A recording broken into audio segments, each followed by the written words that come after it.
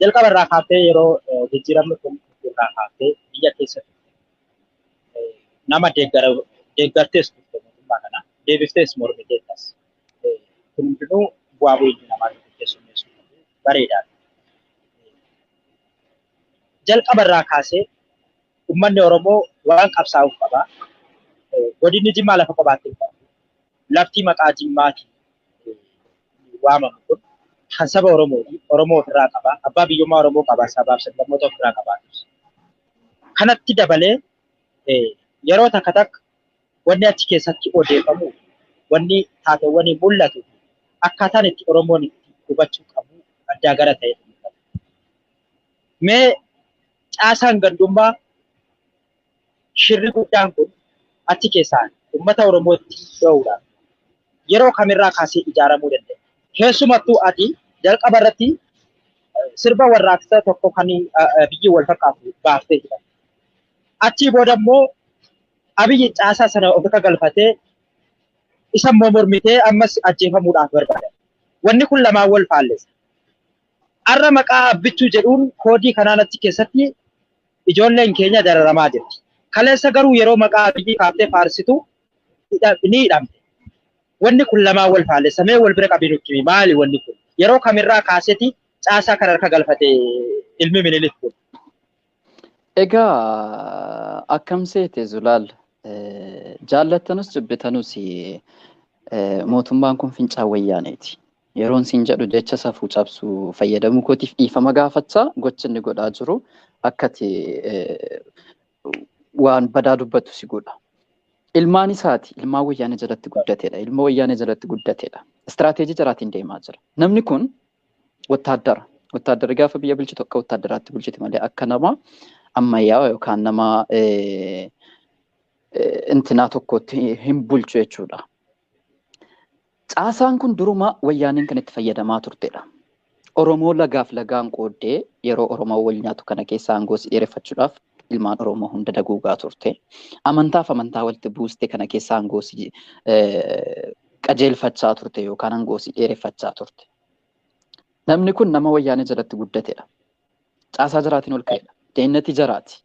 Iccitii jaraa hedduu beeka akka jarritti aangoo qabatanii hanga yoonaas waggaa 27 bulchan. Kun iccitiidhuma wayyaaneen qabduu fi ammatti deemamaa jiru yeroodhuma sana keessa kan ka'edha.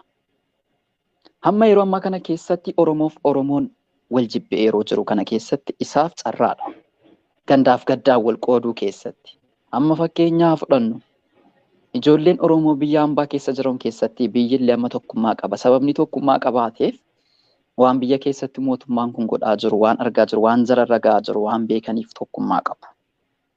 Warra amma biyya hambaa keessa jiran, warra miidiyaadhaan argaa jiran, waan mootummaan kun uummatatti godhaa jiran, waan xiqqoo xiqqoodha kan jara mudataa jiru jechuudha. Kan jarri argaa jiran, sooshaaliidhaan argaa jiru, mana jara kaa'an jiru. Kutaadhaan wal qooduu jiru yeroo kana keessatti. Biyyatti hafeera kutaadhaan wal qooduu jechuun. Kanatti fayyadamu namoonni biyyaa waan mootummaan kun godhaa jiru waan irratti baraniif jechuudha. Egaa jijjiirama miti. Micciiramni kun yeroo dhufu keessatti uummanni Oromoo filannoon qabu ture. Akkan siin jedhaa ture. Haalli jarritti filannoo gaggeessanis adda ture. Yeroo kana keessatti paartii waggaan isaa ga'ee jennaan paartiin dorgomee kan inni itti paartii tokkorraa aangoo fudhatu hin turre yeroo sana keessatti fincila qeerroon uummanni Oromoo ba'aaf dhihaa kaabaaf kibbaa walitti dhufee mootummaa kana hudha qabee wayyaanota baddaatti galchee biyya siitti galchee ofii aangoo maqaa Oromootiin xiqqoosichi keessa kan jiru mootummaa kana qofa dirqama mootummaa kun ta'uu qabaadha. Mootummaan ce'umsaa yeroo sana osoo ka'ameeti filannoon hin godhama ture. Mootummaan ce'umsaan kaa'amne jarumatuyyuu aangoo ati dadhabeera ati bulchiidhaan walumatti kennani waan ta'eef namni biraa bakkeedhaa dhufeeti miti kan namaan itti kennan. Haa ta'u dhiiga ilmaan Oromootiin dhufee aangoo kanarra ba'eera. Maqaa Oromoos qaba ture. Kanaafuyyuu akka Oromoo tokkootti jajjabeessuu qabna. Gaaffiiwwan Oromoon gaggaafachaa ture sis billitti baan nagaraallachi. Amma namni kan inni barbaadu wayii guutuu fi hatattamaan.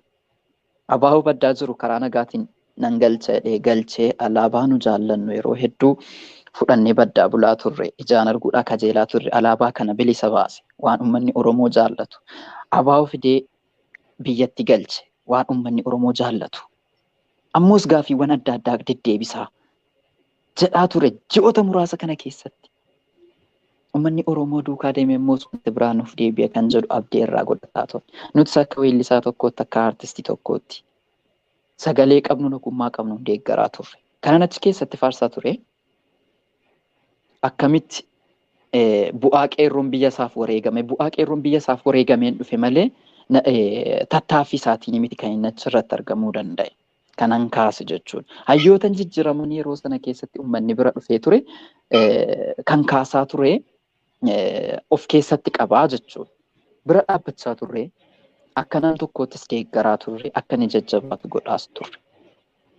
Hamma dhaqnee kutaa biraatiin walitti buunutti jechuudha akka Jimmaa ta'an jechuudha. Yuunivarsiitii keessattis wanni deddeemaa ture jijjiiraachuu danda'a yeroo sana keessatti.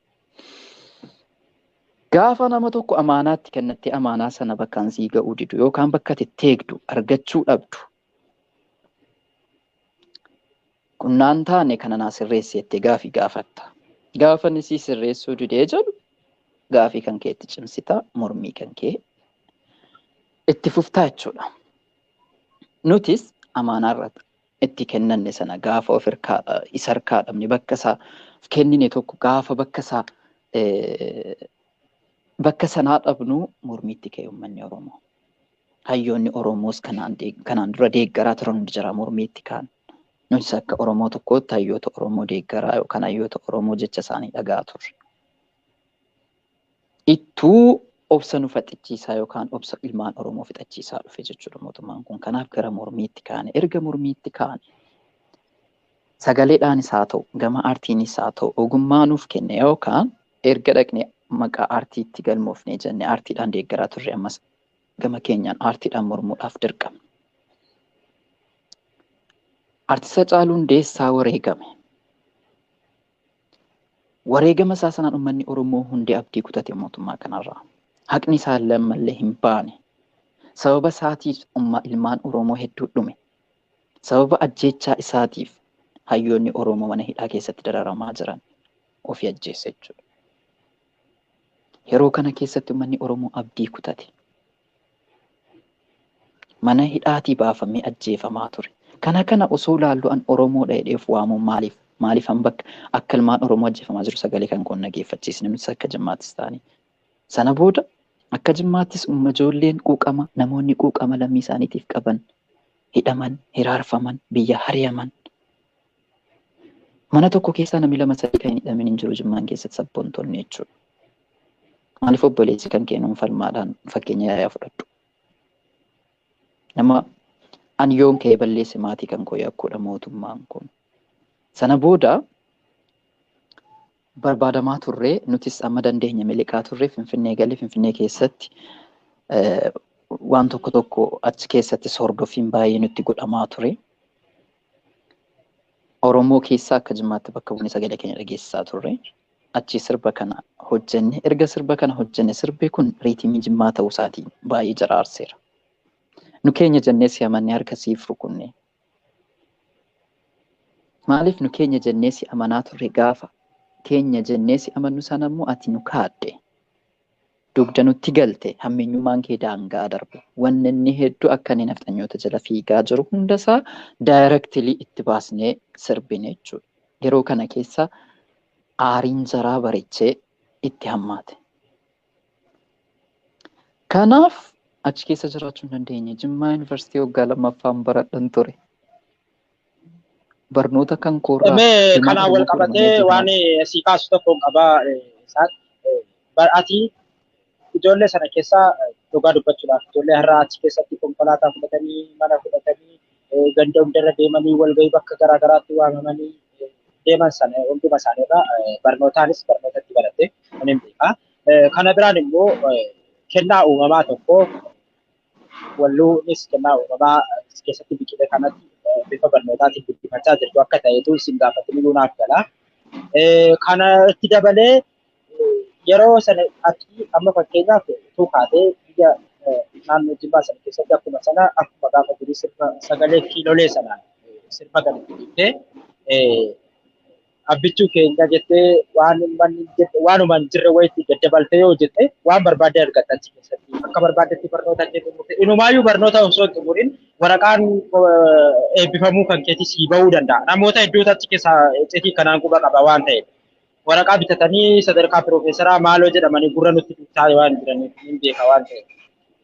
Kana diddee saaraa keessa qaxxaamurtee biyyaa baqachuu, kana diddee mormuu, kana diddee ajjeesaa kaadhimamuu filatte. Warri kun ijoollee kanaan garaaf bitamuun jalqaba yookaan garaaf bitamuu fi sodaa keessa wanni nama galchu kaayyoo dhabuudha. Kaayyoo erga dhabanii booda bitamuuniif sodaa keessa galuun du'a sodaachuunii fi garaaf bitamuun erga kaayyoon nama harkaa fashalee booda.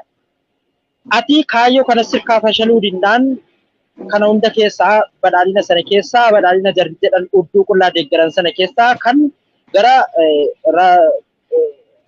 allaattiidhaan wal morkanii saaraa keessa qaxxaamuruu kanatti mudattee jiru. Kaayyoo ati duraan deeggartee amma mormite kana jarri kun qabachuudhaaf ituu garaaf hin bitamin dura kaayyoo tarkaa fashalee waan ta'eef kaayyoo kana maaltu jara dhabsiise? Dhiigamoo? Dubbiin kun dhiigaan wal qabatamoo? Barnootaan wal qabatamoo? Odeeffannoon wal qabatamoo? Maalimee? Egaa akkuma ati beektu namni mootummaa kana deeggaru namoonni barnoota qaban nama muraasa. Barnoonni isaaniitu nama shakkisiisa. Nama kaayyoo hin qabne, nama oromummaa isaan qabne, nama aadaa isaan beekne, oromummaa isaan beeknedha kan mootummaa kanaaf. Deebi'ees immoo akkuma dhuunfaa tokkootti namni tokko namni faayidaadhaaf jiraachuu danda'a. Namni aangoo barbaadu jiraachuu danda'a. Yeroo kana keessatti aangoo mootummaan kun kanatti fayyadamuu danda'a akka mootummaa kana deeggaraniif. Akka mootummaa kana bira dhaabbataniif kanatti fayyadamuu danda'a. Garuu akkuma ati gaafinaa kaafte namni tokko jaallatee biyyaan ba'u, namni tokko jaallatee barnoota isaarraa hin addan ba'u, anitu fayyadamuu barbaade wanti hedduun naa kennameera. Naa kennamuudhaaf waadaan naa seenameera. An barataa tokko akka nama barataa tokkoottiin barnoota konkoo irratti fookas godhaan jira akka Oromoo tokkootti sagalee uummata Oromootiif nan ta'an kaayyoo kan kooti silma kaayyoo koo ganamaati malee har'atti wantinaa godhadhe tokko hin jiru. Faayidaa osoo hin barbaade baay'een fayyadaman ture Jimmaan keessattan. Baay'ee isaa lafa akkam barbaade fudhachuu hin danda'a. Mana akkam barbaade fudhachuu hin danda'a. Qarshii akkam barbaade fudhachuu hin danda'a. Mootummaa kana cinaa dhaabbadhe akkuma kanaan dura sirbaa turee fi sirbee fi waltajjii adda addaa irra deemee sabbakee fi kun kaayyoo koo miti. Oromummaa kootiifan qabsaa'aa ture ammas oromummaa kootiifan qabsaa'aa malee fedhii dhuunfaadhaaf miti. Osoon fedhii dhuunfaadhaaf intinaa godhadheeti har'a abbaa fiilmii afaan Oromoo 3 abbaa siingilii sirba 6 namoota hedduudhaaf sirbootan barreessee jira. Waan adda addaa hojjedheen jira. Kanaan badhaadhuu nan danda'a. Bareechee faayidaa kan koo kanaan iyyuu faayidaa hedduu argachuu hin danda'a mootummaa qofa deeggareeti miti. Garuu sunis kaayyoon qaba waan ta'eef barnoota kan koo irratti fookas godhe. Gaafa barnoota koo irratti fookas godhu uummanni Oromoo cuuccaan ammas dabalamaa dhufe. Amma sagalee ta'uuf hin jalqabe. Sababan sagalee ta'uu jalqabe Oromummaa kootiif falmadhee jaraaf bitamuu didee barnoota koo irraa adda ba'ee biyyan takkaa keessaa nan godaana jedhe paaspoortiin qabu akkan kuush irratti dubbadhe. Xiqqoo si waan maqaa qabuuf asiifachi karaa kanaan na fuudhaa jedhee paaspoortiidhaan illee biyya biraatti ba'uu nan danda'an ture. Godaansan filadhe miilaan yeroo ammaa kana keessatti yeroo koronaan jiru keessatti yeroo Suudaaniif Itoophiyaa wal lolan kana keessatti yeroo Oromoon tokko Amaaraa kililii keessa dabarfattee hin deemne keessa Amaaraa ta'ee tan ba'e achi keessa waan ilmaan Oromoo waan ammasiin Oromoo jibbitu waa meeqa isaa godhachaa dookumantariidhaan gidduu kana yoo rabbi jedhe viidiyoo sanadhaan gadhiisa waan ta'eef achi keessa dabarfadhee sa'aatii 12 yeroo ammaa kana keessa miilaan deemean. Nama sa'aatii 12 miilaan deeme Itoophiyaa irraa hamma Suudaanitti jechuudha. Miilli kan koo bukkeetti miila biraa baasee jechuudha. Torban tokkoon karaa ture. Waan ilmaan Oromoo gidirfamuu yookaan itu qabeenya qabdu, itu maatii qabdu qabeenya sii dhiiftee. Kunis kan ilmaan Oromoo waan laqa barbaachaaf biyyaa ba'an ikkootu qananii qabaatanii biyyaan ba'an. Waan ilmaan Oromoo keessa dabarsitee hundasaa arguun kan koo waanan kaayyoo qabuuf. ilmaan Oromoo waan isin ta'aa turte hundisaa arguudhaaf. Yoon du'e illee nan du'a waan ilmaan Oromoo argite arga jedhee karaa kanarratti wanti na mudate hedduu isaa jira kana miidiyaa irrattis dubbadheen jira bal'inaan immoo viidiyoo isaatis waan adda addaa taatis yeroo muraasa keessa nan gadhiisa waan ta'eef. Kanaaf osoon dhimma dhuunfaa kan kootii bitame yookaan faayidaa dhuunfaa kootii bitame mootummaa deeggaree qofa yoo osoo hin taane hojii kootiin ogummaan qabuun akkam barbaade ta'uu danda'a mootummaa yoon qeequu dhiise jechuudha. Yoon deeggaruu dhiises yoon qeequu dhiises sagalee kootiin yookaan aartii kootiin yookaan barnoota kan qorran jiran ture. Garuu uummata Oromootii asii ajjeefamu dhiiga kan kootii asii ajjeefamu kaan hidhamu garaa kamiin nyaadhee rafa garaa kamiinan mootummaa kana bira dhaabbadha. Kana kan biyya kootii na baase. Bareeda galatoomii Isaaq waan tokko itti dabalee kan isin gaafachuu barbaadu haqa walitti dubbata. Dhoksuun kan hin barbaachifne tokko jira. Wanti godina Jimmaa keessatti aanaa keessatti dhalatee keessatti guddate erga irraa bahee tureera malee hin beekaa. Wanti har'a ta'aa jiru waan hamaadha. Waan baay'ee nama dhiyeessu. Maddi isaas akkuma ati dubbachaa jirtu kana waanuma kaleessadha. Yeroo baay'ee wanti jedhamaa jiru godina kana keessatti yeroo sirni wayyaanee hadheeffatamee mormamu wayii argina. Sirni wayyaanee hadheeffatamee mormamu itti gammanna. Baay'een itti gammada. Maaliif jennaan kaleessa yeroo sirna wayyaanee mormaa turre sanuu godinuma kana keessatti nutti duulamaa ture. Sirnuma wayyaanee mormuu dadhabnee bare. Gaafa san warri arra mormu kun gaafa sen eessa jira? Tokko. Hayyoonni Oromoo kaleessa Baqqalaa Garbaa fudhadhu. Baqqalaa Garbaa kaleessa bara sirna wayyaanee hidhamee mana hidhaa keessa ture. Qabsoo qeerroo fi qarree uummata Oromoo waggaa 60-70 finiinaa dhufeen mana hidhaa keessaa bahee ijoollee barsiisaa ture wajjin bahe. Arras mana hidhaa keessa jira. Yoo kaleessa Abiyyi Koloneel Gammachuu Ayyaanaa wajjin 1985 keessa akka lakkoofsa warra Itoophiyaatti adda waraanaa akka turan isaan lamaanuu ragaa bahanii jiran. Mootummaa kanaa wajjin ture jechuudha Abiyyi. Kun dhugaa haalamuu hin qabne.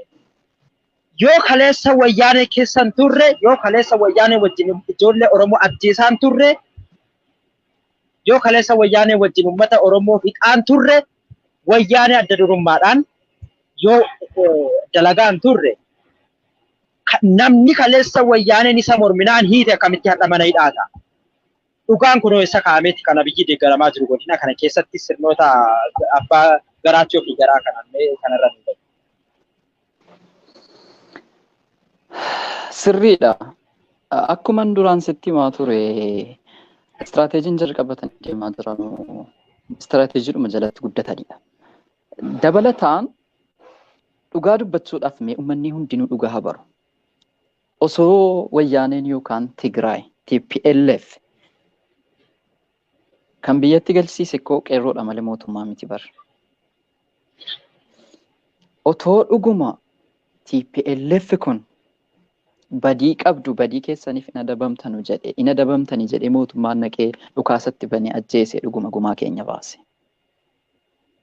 Gaafiin inni gaafate mootummaan kun paartii badhaadhinaa yookaan paartii bilxiginnaa fudhadhaa lakki hin fudhannu maaliif hin fudhanneedhaan kan jarroollee irratti baname malee waan uummata Oromoo kanaan dura cuucaa turanii miti. Uummata Oromoo kana cuucaa ture kan ajjeesaa ture koo jara biyya keessa turre nuti.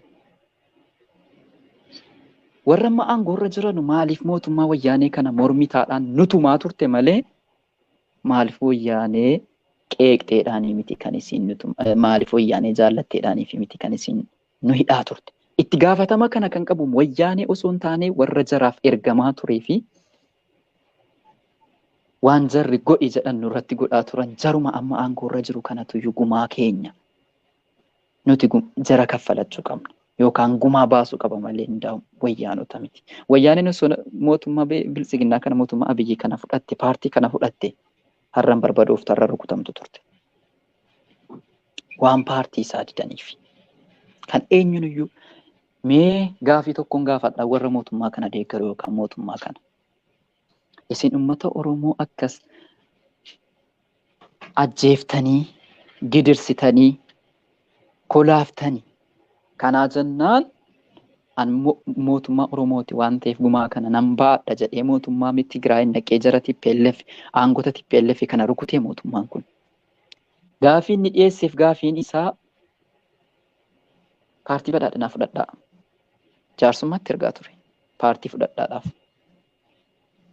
Maaliif filannoo filattan yookaan maaliif paartii kan koo diddaniidhaan mootummaan kun yookaan wayyaaneen ajjeefamte yookaan wayyaaneen barbadeesse malee mootummaan kun yeroo ammaa kana keessatti Oromoodhaaf jedheeti miti kan isin beeku qabdan. Kanaan dura warra amma aangoorra jiran kun maaliif jaraa jedhanii nutumaa turan maaliif jaraa jedhanii hayyoota Oromoo ajjeesaa turan hidhaa turan. Kanaan dura maaliif Baqqalaan hidhamaa ture amma maaliif hidhame garaagarummaan isaa maayini? Waggaa 27 kana keessatti uummanni Oromoo hamma waggaa 3 waggaa 2 kana keessatti mootummaan ajjeese fi mootummaan wayyaanee waggaa 27 bulchite harka meeqa caalame yaada.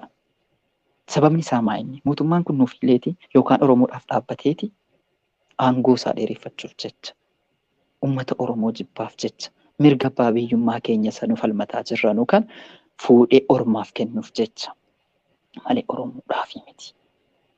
Kaleessa Baqqalaa Garbaa hidhame mana hidhaa keessa ture. Jarri Abdii, jarri eenyu Oromoon hadha mana hidhaa keessa. Sabni biraan jiru mana hidhaa kana keessa. Oromoo qofittidha kan guutee jiru. Maal agarsiisa kunree? Oromoo hunda dida. Warri kaleessa didan hadha maaliif didanidha? Maaliif hidhamu? Kun wama mul'ataa jiru. Deebi'u uummataaf deebi'aa jira kun. Ejani galatoomii kanatti waan tokko dabalaan. Wanti sagalee keenya kana dhaga'u akka sirriitti waan tokko ta'u. Godina Jimmaa keessatti aanaa Sigimoo keessatti dhalatee aanaa Sigimoo keessatti dhalatee hacuuccaa mootummaan sirna EPRDF yookaan paartiin warraaqsa adda bilisa baasaa uummata Itoophiyaa yookaan adda waa'ee jedhamee walitti qabame kun yeroo mootummaa sana keessan dhalates mootummaa sana keessan biyyaatti ba'es. Waggaan amman godina Jimmaa aanaa Sigimootti dhalate kana keessatti daangaa Sigimoo kan daangeffamtu Geeraa fi Gaatiraadha. Kanarra qaxxaamuree Sigimoo Gaatiraa fi Geeraa yuudhatee hin beeku. Sigimoo keessaa miila koo achi baafadhee hin beeku akka garaagarummaa ganda biraa hin beeku. Hacuuccaa sirni kun mootummaa kanarratti geessaa ture hin beeku. Amma achi keessa jiraadhe keessatti qabeenya guddaa saamame, nama hedduutu ajjeefame, nama hedduutu hidhame, dararaan waanuma taasifame taate. Amma kan wanti kun hundi raawwatamu nama afaan Tigraay dubbatu tokko yookaan Tigree tokko aanaa Sigimoo keessatti argee hin beeku takkaan.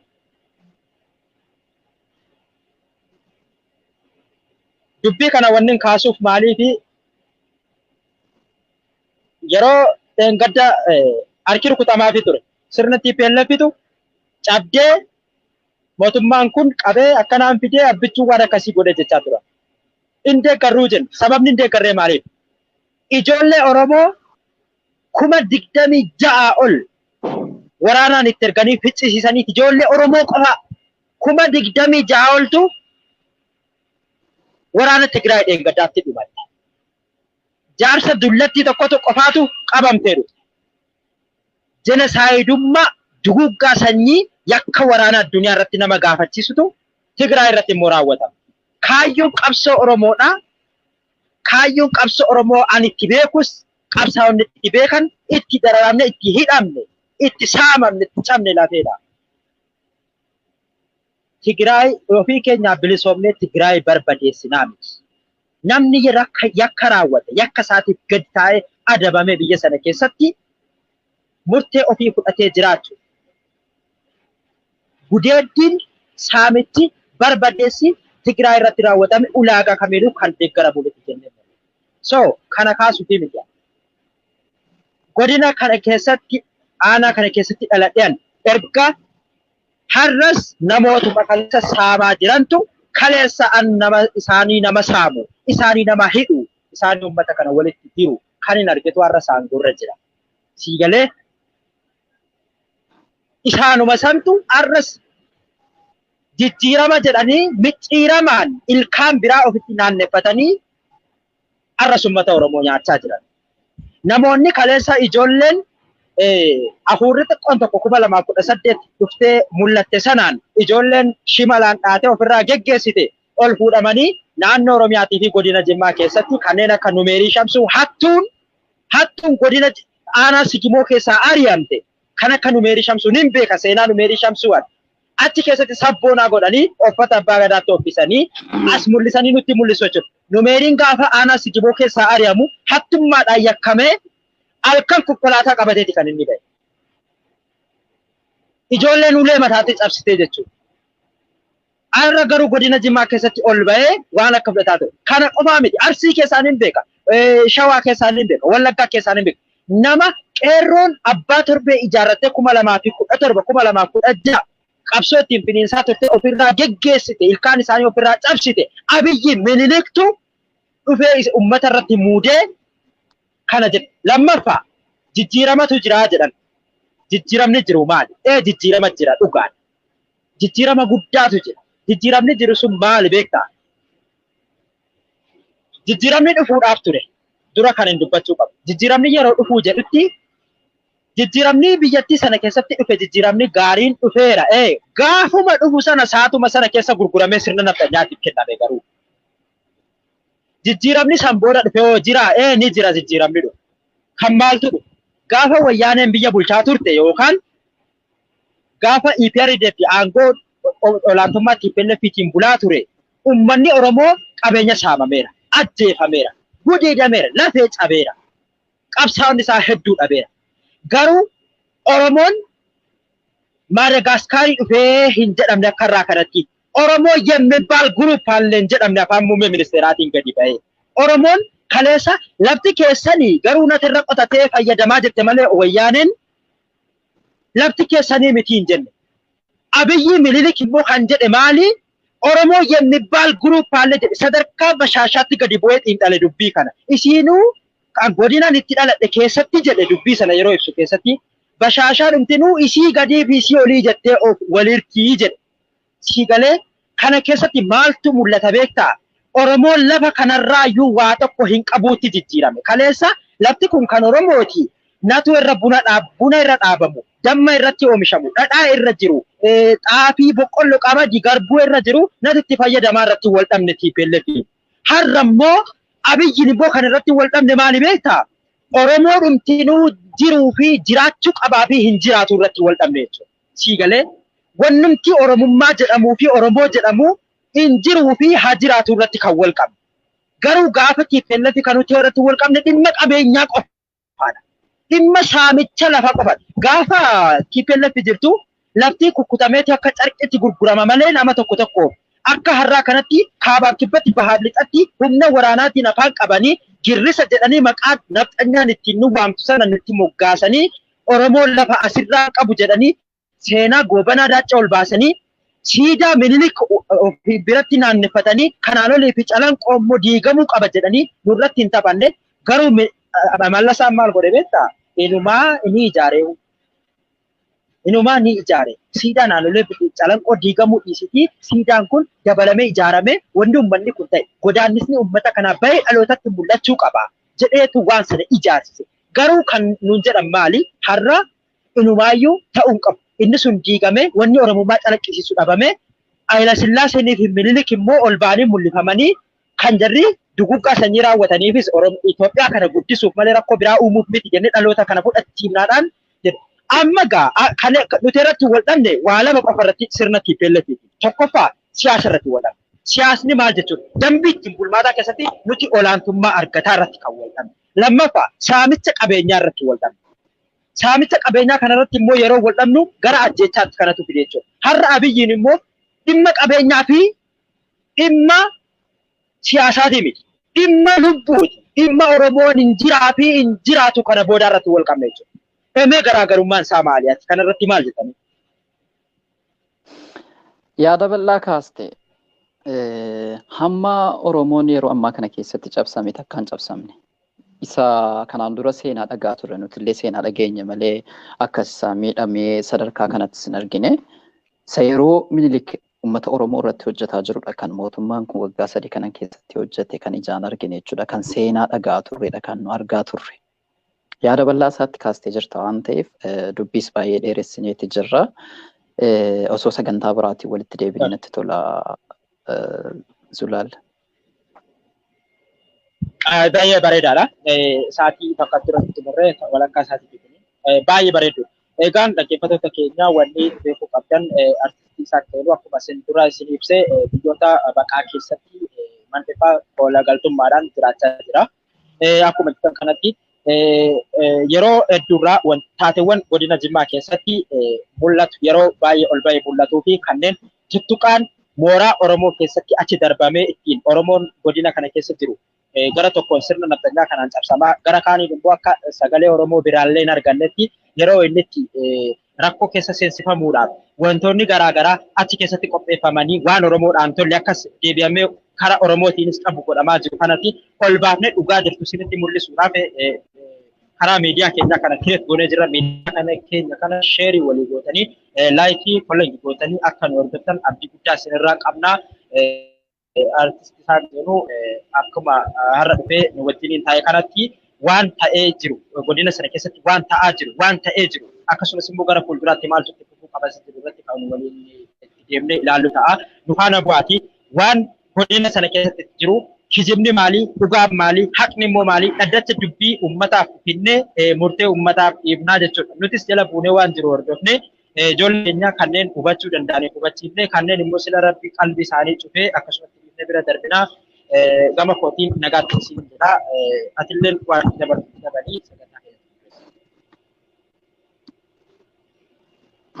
egaa akkuma Zulaal jedhee akka godina keenyaattis haa ta'u akka guutuu Oromiyaatti taateewwan haala yeroo irrattis ta'ee kanaan dura irrattis waan sichi deemuudha jedhu amma ogeessawwan adda addaa feerree peejii keenya irratti akka ijoolleen hubannoo hin qabne jarri hubannoo qabanis hubannoo jaraa akka gabbifatanuu fi warri mootummaa kana deeggaraa jiran sababni jarri maaliif mootummaa kana deeggaranii kan jedhu badii mootummaa kanaa maali tolli mootummaa kanaa maali haala yeroo irrattis waan xiyyeeffatu bal'inaan akka godina keenyaattis jala buune waan tokko tokko odeeffannoo isin biraa gahuudhaaf ni tattaaffanna amma dandeettii keenyaatti jechuudha hayyoottanis irratti ni affeerra.